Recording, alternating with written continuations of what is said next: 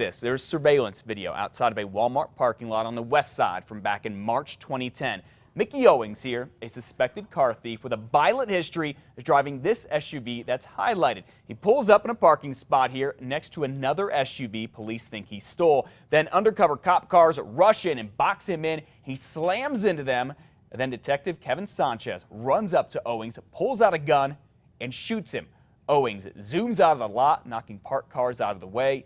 Then he is found dead on a nearby road just minutes later. At the time, police said they were in danger, but the report from the Department of Justice slams the Albuquerque Police Department for this case, and now the department is getting sued.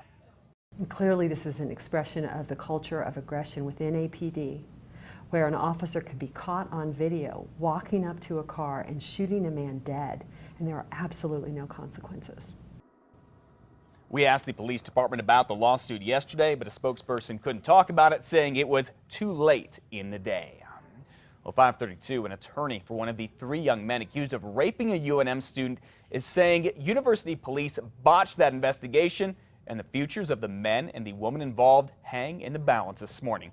It has been about 2 months since the 3 young men, 2 of them Lobo football players, were charged. A female student says Lobo cornerback Saquon Edwards and running back Crusoe Gongbe, along with C&M student Ryan Ruff here, raped her in Ruff's BMW. She also said Ruff held a gun to her. Now, his attorney, George Anthony Blewis, showed us Ruff's legally registered gun yesterday. The attorney insists Ruff did not use it, but says the woman knew that Mr. Ruff had a gun, and says that UNM detectives still have not asked for it. If a crime is alleged to have been committed with a gun, is it not reasonable, germane, and important to at least procure the gun? Mr. Blewis says UNM police did not take Ruff's car into evidence until a month after the report of the rape. He also says police never asked for the surveillance footage from outside Lobo Village. That's where the woman says the rape happened. The district attorney's office is still reviewing all the evidence here. An attorney for Crusoe Gongbe says he is hopeful there will be a resolution sometime soon. Well, someone is trying to make an unusual fashion statement in Albuquerque, or perhaps make a quick buck. Take a look at this. We found this posting online. It's an ad for a Metro Detention Center orange jumpsuit. Price, $60. Now investigators are trying to figure out who got the inmate duds out of the jail and exactly how. You don't expect jumpsuits to be online. What you hope is that when people get out of here, they want to leave that past behind them. Now, maybe they're trying to make a quick buck off the past. Now, you really don't want to be seen wearing one of these things. For one thing, police could really think you have escaped from jail. That could cause a lot of problems. The MDC is now trying to change its procedures to make sure it has all the jumpsuits and something like this does not happen again. At 5:34, it has been 70 years since thousands of brave men stormed the beach of Normandy to help liberate France from the Nazis.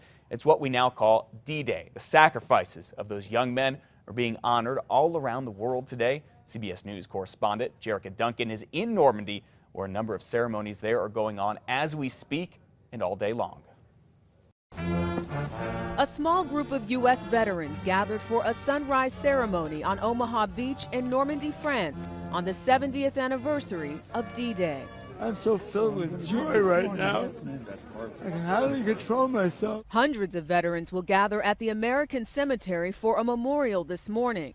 The once battleground is now sacred ground for the thousands of U.S. soldiers killed in the invasion of Normandy. This is so sad, and it's just all these young boys. President Obama and the President of France are also honoring the more than 150,000 troops who landed in this region back in 1944. 4,000 ships and thousands of smaller craft were heading south. Most had to fight through the rough waters of the English Channel to reach the beaches, where many lives were lost, but where World War II was won.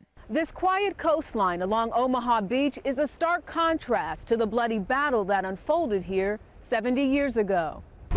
The French are reminded of that history everywhere they turn in Normandy.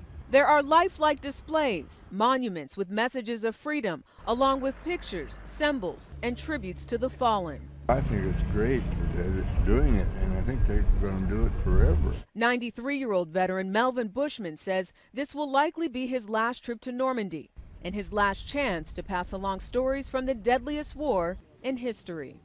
Jerica Duncan, CBS News, Normandy.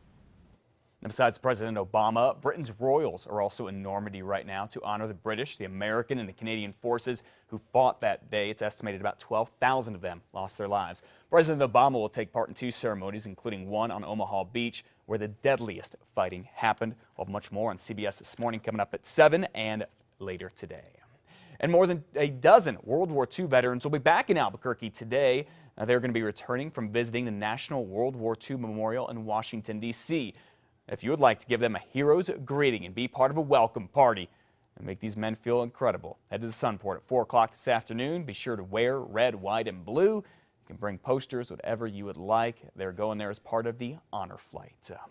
One of the few remaining survivors of the Bataan Death March sadly has passed away. Elias Saavedra passed away Thursday at his home in San Rafael. He was one of about 70,000 soldiers taken captive by the Japanese in World War II and forced to march to prison camps. 1,800 of the captives were from here in New Mexico. Only half survived. Elias Saavedra was 96 years old. All right, it's 5:37. It has been more than 3 years since the program in Albuquerque began finding permanent housing for the homeless, particularly for veterans and their families, and it looks like it has been a big success. Mayor R.J. Berry says the Albuquerque Heading Home program has found homes for 359 men, women, and children who are living on the streets. The city says it is making a big difference in our community and points to a UNM study that shows the program has saved $3.2 million, which the city says it's putting back into the community. The short answer is, as a community, we can house the chronically homeless for 31.6% less than we can let them sleep under the overpass tonight. The city says the program has decreased time the homeless spend in jail and emergency rooms, and that saves money for all of us. Now, in Two Casas this morning, we're going to talk with Mayor R.J. Berry about this program and much more. Well, at 5:38, the big mess and water main break in Albuquerque's North Valley, thank goodness, is all fixed this morning. It all started Wednesday afternoon after a car smacked a fire hydrant on Rio Grande in front of the Flying Star at Griegos. The water gushed out until yesterday morning when crews were finally able to go ahead and turn it off. It left hundreds of people and businesses without water, some for hours, even longer. Sanitation issues, health issues, just major inconvenience. It's a tough situation, you know, to not have water. You know, it impacts the business, it impacts all the team members that work here.